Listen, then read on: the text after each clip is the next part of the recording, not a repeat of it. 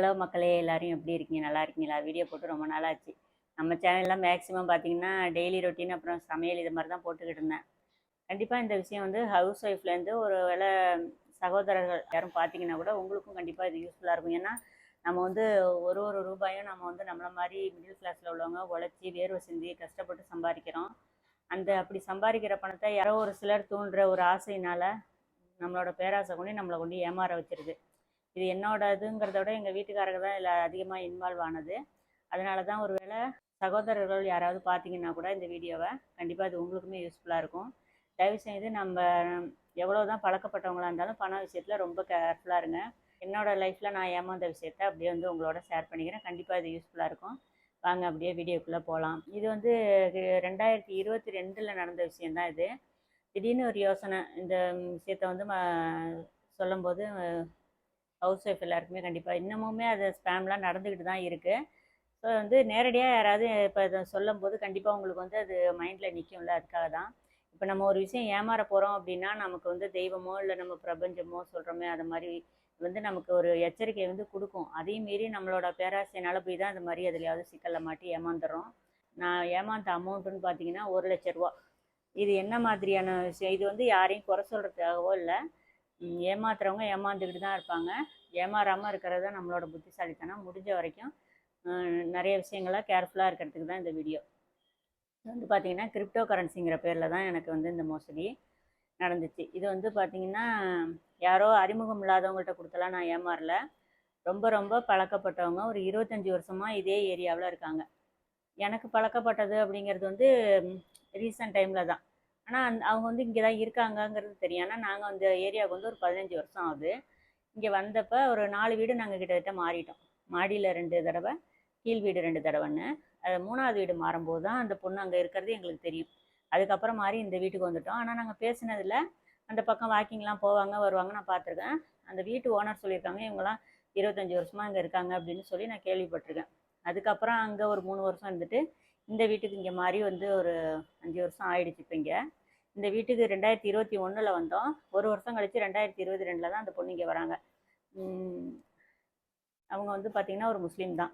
அந்த பொண்ணு வந்து என்னோட கம்மி வயசு தான், சிறு வயசு தான், ஒரு 30 வயசுக்குள்ளே தான் இருப்பாங்க.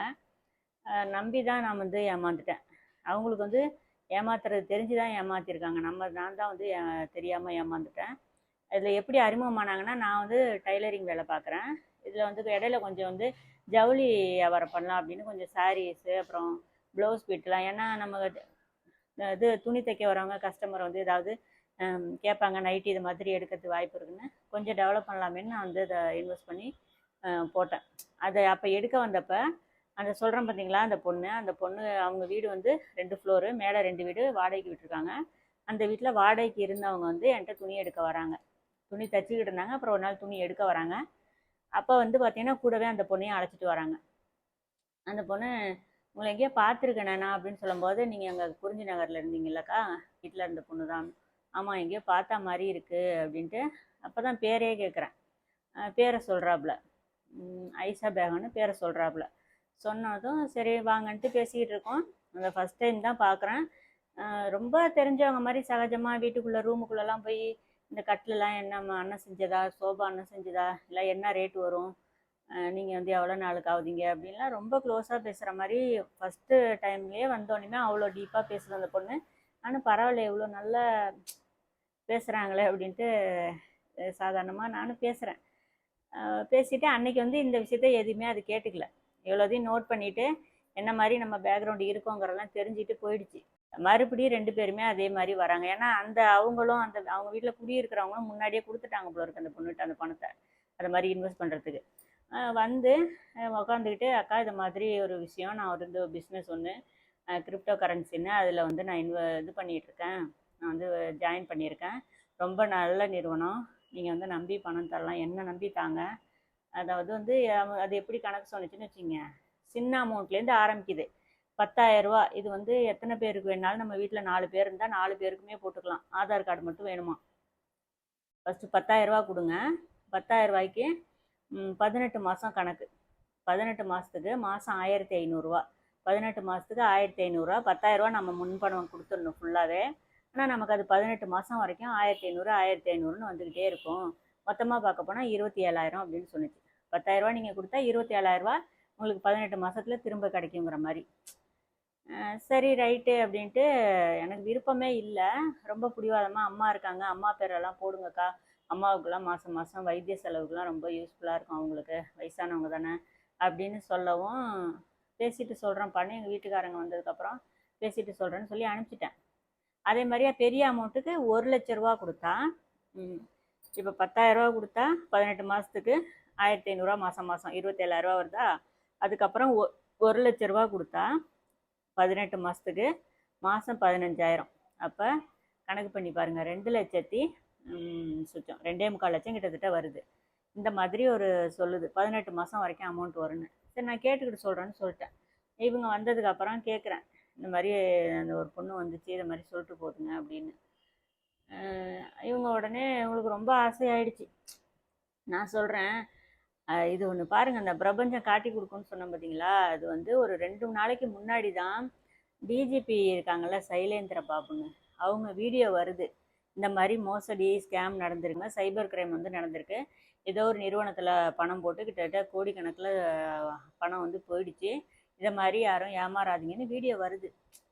எங்கள் வீட்டுக்காரங்கள்ட்ட இதையும் நான் சொல்கிறேன், இந்த பொண்ணு வந்து இதை மாதிரி கேட்குன்னு. அதெல்லாம் 25 வருஷமாக இங்கே இருக்காங்க, அந்த மாதிரிலாம் ஏமாற்ற மாட்டாங்க, அவங்க யாராவது புதுசாக தெரியாதவங்கள்ட்ட கொண்டு கொடுத்துருப்பாங்க அப்படின்ட்டு சொல்லிட்டு, எங்கள்கிட்ட அப்போ வேறு எதுவும் கையிலலாம் அமௌண்ட்டு கிடையாது, நகையை வச்சு தான் கொடுக்கணும்.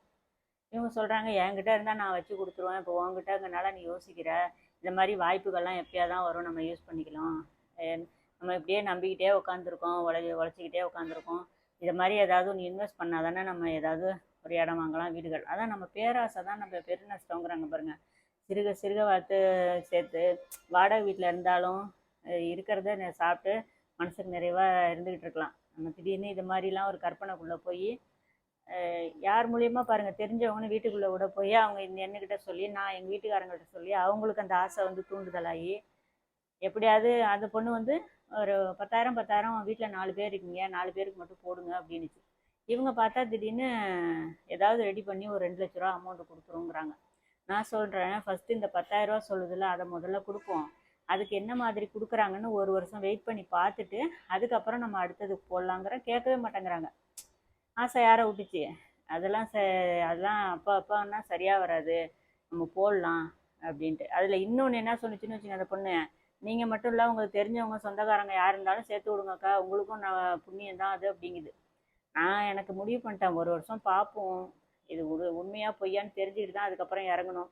இவங்களோட ஆர்வ கோளாறுனால என்னால், நான் சொல்லிட்டேன், நான் எது வேணாலும் தரேன், வச்சு கொடுக்குறேன், நீங்கள் கொண்டு வச்சிங்க வாங்கிங்க கொடுங்க, ஆனால் இது வந்து ஒரு ஸ்கேமோ ஒரு 6 மாதமோ ஒரு வருஷத்துக்குள்ளேயோ ஏதாவது நஷ்டம் ஆயிடுச்சுன்னா மனசை தேர்த்தி வச்சுங்க இப்பயே, பின்னாடி எதுக்கு வேணாலும் வாய்ப்பு இருக்குது. ஏன்னா வந்து திடீர்னு ஏமாறுறதுக்கும் இது இப்படிலாம் நடக்குங்கிறது தெரிஞ்சே போய் ஏமாறுறோம் பாருங்க. என்ன பண்ணுறது, யாராவது சொன்னால் ஏற்றுக்கிற மனநிலையில் அவங்க இல்லை. சரி ரைட்டுன்னு விட்டுட்டேன். அதுக்கப்புறம் போய் நகையெல்லாம் வச்சு வீட்டில் எல்லாருக்கும் அம்மா பேர், என் பையன், எங்கள் வீட்டுக்காரங்க, என் பேரில் ஆளுக்கு 10,000 அதையும் கொடுத்துட்டாங்க. மொத்தமாக நகையை வச்சு 2,00,000 அதையும் கொடுத்துட்டாங்க. இவங்க கற்பனை பாருங்கள், 2 வருஷத்தில் 2 லட்சத்துக்கும் கிட்டத்தட்ட 6 லட்சம், 2,45 4 5,5 லட்சம் கிட்டத்தட்ட வருதா. இந்த 40,000 உள்ள அமௌண்ட் வருதா, ஒரு 6-7 லட்சம் வந்துடும் ஒரு 18 மாதத்துக்குள்ளே. கொஞ்சம் கொஞ்சமாக நம்ம சிரிப்பு தான் வருது, என்ன பண்ணுறது, துன்பம் வரும் வேலையில் சிரிங்கிற மாதிரி. நம்ம வந்து இழந்ததுக்காக இருக்கிறது இழந்துடக்கூடாது, இருக்கிறதுனா உயிர் மனசு இதெல்லாம் விட்டுட்டோன்னு வச்சுங்க, ஒன்றுமே செய்ய முடியாது. அந்த கொஞ்சம் லைட்டாக நம்ம எடுத்துக்கிற மனநிலை இருந்தனால தான் அதுலேருந்து மீண்டு வந்துட்டேன்னு வச்சுங்க. இல்லைன்னு வச்சிங்களேன், பணம் போனது ஒரு பக்கம் இல்லாமல் நம்ம சீக்காளியாகி படுத்துருவோம். அதுக்கப்புறம் நம்மளை யார் பார்க்கறது. சரின்ட்டு விட்டுட்டேன்.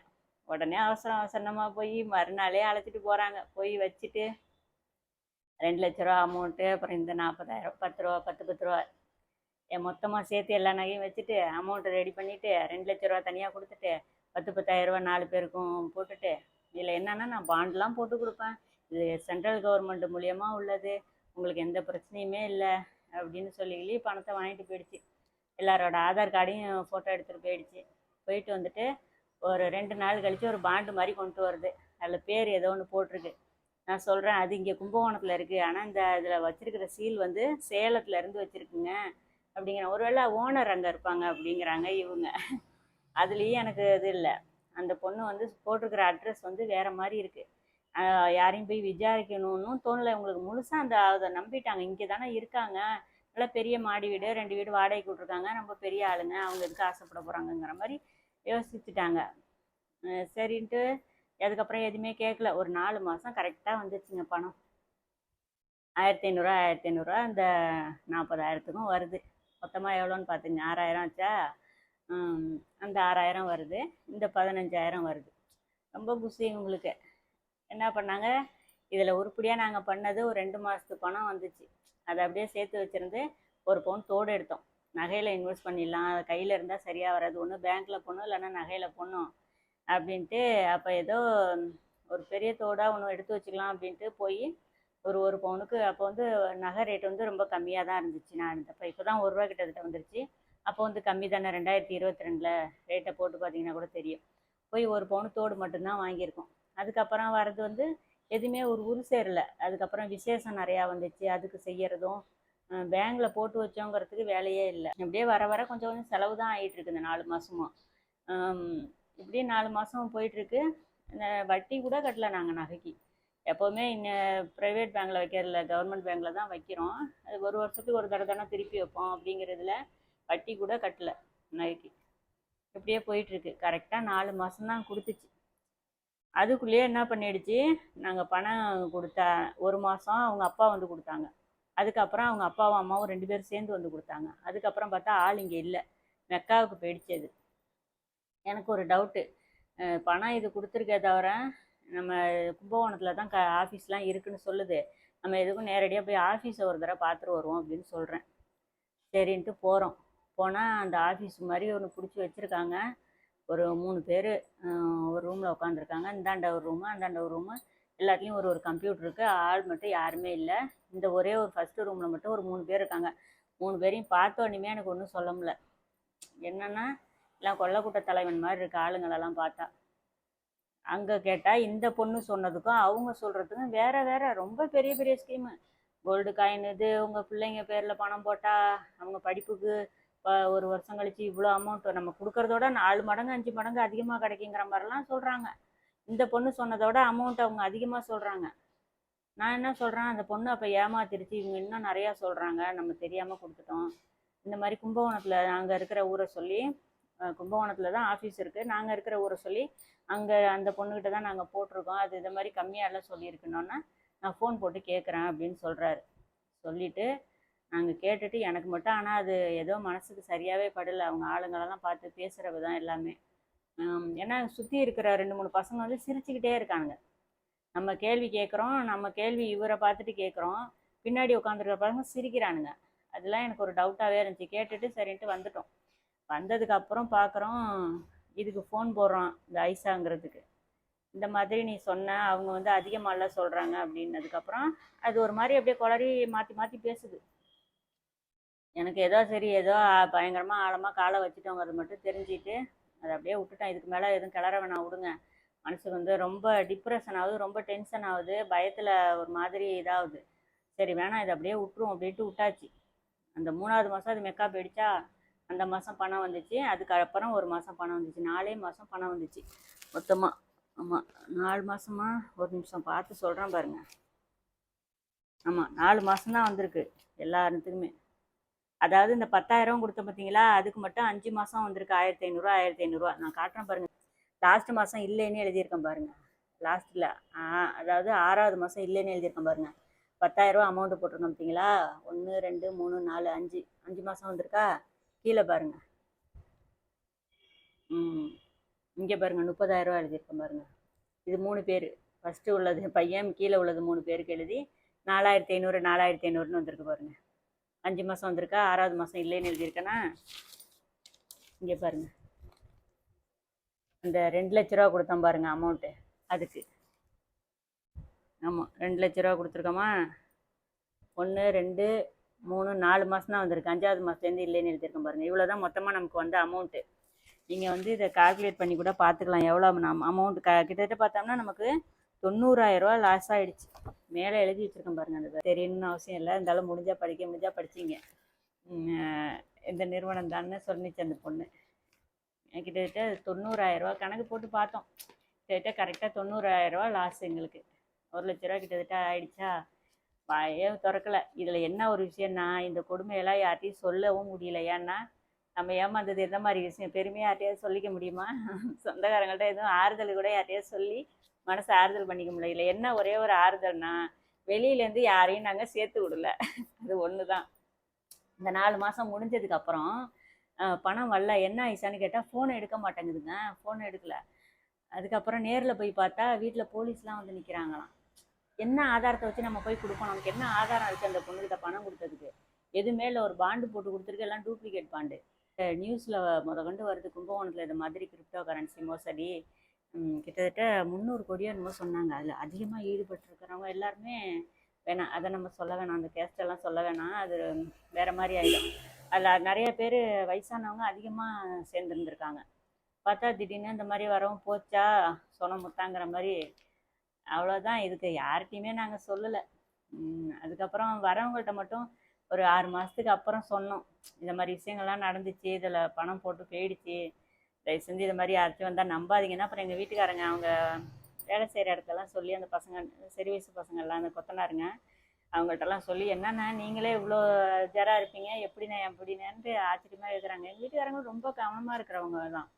நம்மளோட ஏதோ ஒரு சூழ்நிலை, நம்மளோட ஆசை வந்து நம்மளை இது மாதிரி விஷயங்களை கொண்டு இப்போ இழுத்து விட்ருது. இது வரைக்கும் இது மாதிரி விஷயங்கள் உங்களை தேடி யாராவது ரொம்ப தெரிஞ்சவங்களாவே இருந்தாலும் நீங்கள் வந்து இது மாதிரி பணத்தை கொடுத்து ஏமாறாமல் இருங்க. சுருக்கமாக அவ்வளோதான் சொல்ல முடியும். இது இந்த மாதிரின்னு இல்லை, வேறு எந்த மாதிரி இன்வெஸ்ட்மெண்ட்டாக இருந்தாலும் உங்களுக்கு சேமிக்கணும் அப்படின்னு நினச்சிங்கன்னா பேங்க்கில் போட்டு வைங்க, இல்லைன்னா எல்ஐசி போட்டு வைங்க.